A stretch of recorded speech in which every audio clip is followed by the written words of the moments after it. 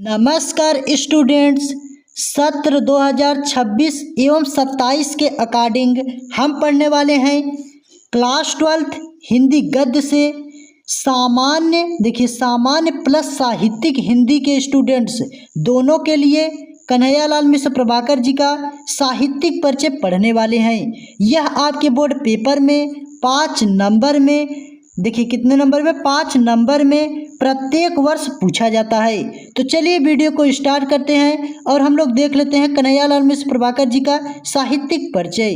पढ़ने के साथ साथ स्टूडेंट्स हम आपको लिखना भी बताएंगे, यानी आप अपने बोर्ड पेपर में किस प्रकार से साहित्यिक परिचय लिखें कि एग्जामिनर आपको 5 में 5 अंक पूरा दे। तो चलिए वीडियो को स्टार्ट करते हैं। वीडियो में अंत तक बने रहिएगा, वीडियो को पूरा देखिएगा। तो चलिए वीडियो को स्टार्ट करते हैं। तो देखिए, सबसे पहले आपको करना क्या है, आपको इस प्रकार से कन्हैयालाल मिश्र प्रभाकर जी का साहित्यिक परिचय इस प्रकार से आपको हेडिंग इस प्रकार से डाल देना है। डालने के बाद इसमें आपको कन्हैयालाल मिश्र प्रभाकर जी का साहित्यिक परिचय लिखने से पहले आपको क्या लिखना है, संक्षिप्त परिचय, यानी कन्हैयालाल मिश्र प्रभाकर जी का आपको संक्षिप्त मतलब छोटा सा आपको उनका परिचय दे देना है। तो आपको देना कैसे है, लिखना कैसे है, उस सारा कुछ हम बताएंगे। तो देखिए, इस प्रकार से आपको देना है। देखिए, आपको इस प्रकार से लिख देना है संक्षिप्त परिचय। देखिए, सबसे पहले आपको एक बॉक्स डब्बा इस प्रकार से बनाना है। देखिए, यहाँ इस प्रकार से आपको एक बॉक्स डब्बा इस प्रकार से आपको बना देना है। बनाने के बाद अब इसमें आपको करना क्या है, आपको कन्हैयालाल मिश्र प्रभाकर जी का संक्षिप्त परिचय इस प्रकार से आपको हेडिंग डालना है। डालने के बाद संक्षिप्त परिचय में आपको कन्हैयालाल मिश्र प्रभाकर जी का संक्षिप्त परिचय आपको छोटा सा कुछ मतलब संक्षिप्त में परिचय आपको दे देना है। तो जैसे संक्षिप्त में परिचय आपको इस प्रकार से देना है, नाम लिख देना है, जन्म, पिता का नाम, भाषा, सम्मान, मृत्यु, इतना आपको संक्षिप्त परिचय में लिखना है। तो देखिए, जैसे नाम उनका हो गया तो कन्हैयालाल मिश्र प्रभाकर जी आप लोग जानते ही हैं, और जन्म उनका 1906 ईस्वी देवबंद सहारनपुर में हुआ। अगर आपको जन्म स्थान पॉइंट डाल देना है, अगर आप चाहें तो तीसरा पॉइंट जन्म स्थान डालने के बाद उसमें आपको देवबंद सहारनपुर भी आप डाल सकते हैं, लिख सकते हैं। और तीसरा देखिए, पिता का नाम पंडित रामदत्त मिश्र है, यानी कन्हैयालाल मिश्र प्रभाकर जी के पिता का क्या नाम है, पंडित रामदत्त मिश्र। और भाषा उनका क्या है, तत्सम आप लोग समझते ही हैं, शुद्ध जिसे बोला जाता है, तत्सम प्रधान शुद्ध खड़ी बोली है, खड़ी बोली उनकी भाषा है।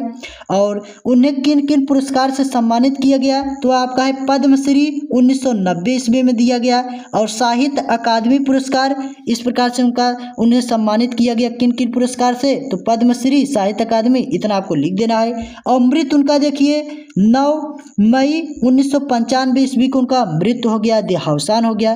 तो इतना आपको क्या कर देना है, संक्षिप्त परिचय में आपको लिख देना है आपको कन्हैयालाल मिश्र प्रभाकर जी का। अब इसके आगे आपको क्या करना है, इसके आगे आपको इस प्रकार से देखिए, इसके आगे अब आपको साहित्यिक परिचय आपको हेडिंग डालना है। देखिए, इस प्रकार से आपको साहित्यिक परिचय आपको इस प्रकार से हेडिंग डालने के बाद इसमें आपको कन्हैयालाल मिश्र प्रभाकर जी का साहित्यिक परिचय आपको लिख देना है। देखिए स्टूडेंट्स, संक्षिप्त परिचय, साहित्यिक परिचय और जो प्रमुख रचनाएं कृतियां आपको दिख रही हैं, सब मिलाकर आपको अधिकतम शब्द सीमा 80 शब्द में ही लिखना है। तो चलिए देखते हैं। तो देखिए, अगर आप अधिक मतलब ज़्यादा शब्द में भी लिख देते हैं तो कोई दिक्कत होगा नहीं, बस आपका समय बर्बाद होगा, इसलिए अधिकतम शब्द सीमा 80 शब्द में ही आपको लिखना होता है। तो देखिए, साहित्यिक परिचय में आपको लिखना है, कन्हैयालाल मिश्र प्रभाकर हिंदी के उन महान साहित्यकारों में से हैं जिन्होंने अपनी लेखनी मतलब अपनी कलम से समाज सेवा और देश प्रेम, देखिए जो मेन शब्द हैं उनको हम क्या कर दिए हैं, ब्लैक पेन से हाईलाइट कर दिए हैं। इसी प्रकार से आपको भी ब्लैक पेन से हाईलाइट कर देना है ताकि एग्जामिनर का दृष्टि सीधा आपके हाईलाइट किए गए शब्द पर पड़े, और इससे उनको क्या होता है, जो मेन शब्द होते हैं उनको पढ़ने में आसानी होती है, आपको पूरे अंक देने के चांस बनते हैं।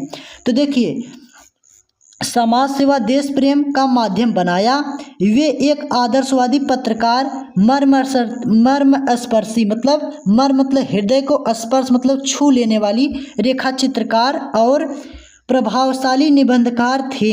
उन्होंने नया जीवन, देखिए जो मेन शब्द हैं उनको हम ब्लैक पेन से मतलब काले पेन से हाईलाइट कर दिए हैं। इसी प्रकार से आपको भी हाईलाइट करते लिख दिए हैं, तो इसी प्रकार से आपको काले पेन से ब्लैक पेन से आपको हाईलाइट कर देना है। नया जीवन और विकास जैसे समाचार पत्रों, देखिए नया जीवन और विकास जैसे समाचार पत्रों का संपादन करके हिंदी गद्य में एक नई जान फूंक दी। कौन? कन्हैयालाल मिश्र प्रभाकर जी। उनके साहित्य में मानवीय मूल्यों और राष्ट्रभक्ति की झलक साफ दिखाई देती है।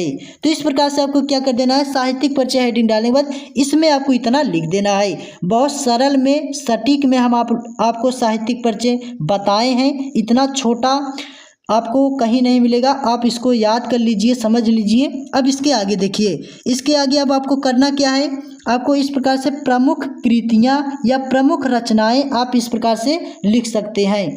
तो प्रमुख कृतियां हेडिंग डालने के बाद इसके नीचे आपको पहला पॉइंट इस प्रकार से डालना है और इसमें आपको रेखा चित्र हेडिंग डालने के बाद इसमें आपको कन्हैयालाल मिश्र प्रभाकर जी का रेखा चित्र आपको लिख देना है। जैसे देखिए रेखा चित्र में है, नई पीढ़ी के विचार, जिंदगी मुस्कुराई, माटी हो गई सोना, भूले बिसरे चेहरे, इतने जो आपको दिखाई दे रहे हैं ये रेखा चित्र हैं। अब देखिए इसके आगे आपको दूसरा पॉइंट डालना है और इसमें आपको लघु कथा हेडिंग डालने के बाद इसमें आपको लिखना है आकाश के तारे, धरती के फूल, यानी कन्हैयालाल मिश्र प्रभाकर जी का जो लघु कथा है वह कौन सा है, आकाश के तारे और धरती के फूल हैं। और इसमें आपको तीसरा पॉइंट डालने के बाद इसमें आपको संस्मरण में लिखना है दीप जले शंख बजे, ये संस्मरण है किसका, कन्हैयालाल मिश्र प्रभाकर जी का।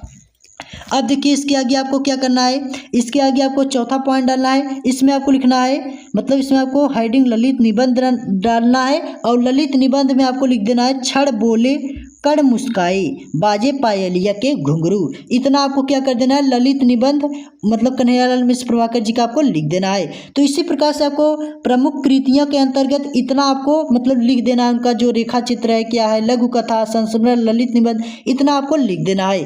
तो इसी प्रकार से आपको साहित्यिक परिचय लिखना है। अगर आप इस प्रकार से लिखते हैं साहित्यिक परिचय तो आपको एग्जामिनर 5 में 5 अंक पूरा देंगे, आपका एक भी अंक नहीं काटेंगे, मैं आपको विश्वास दिलाता हूँ। तो स्टूडेंट्स अगर आपको ये वीडियो अच्छी लगी हो तो प्लीज़ एक लाइक कर देना, सिर्फ आपको एक लाइक कर देना है, एक लाइक कर देना और चैनल को सब्सक्राइब कर लेना और हमारे साथ आप जुड़ जाइए। अभी से परीक्षा की तैयारी करने के लिए यानी जो सत्र 2026-27 चल रहा है, अभी से आप जुड़ जाइए, आपको अच्छा अंक यहीं से प्राप्त हो जाएगा।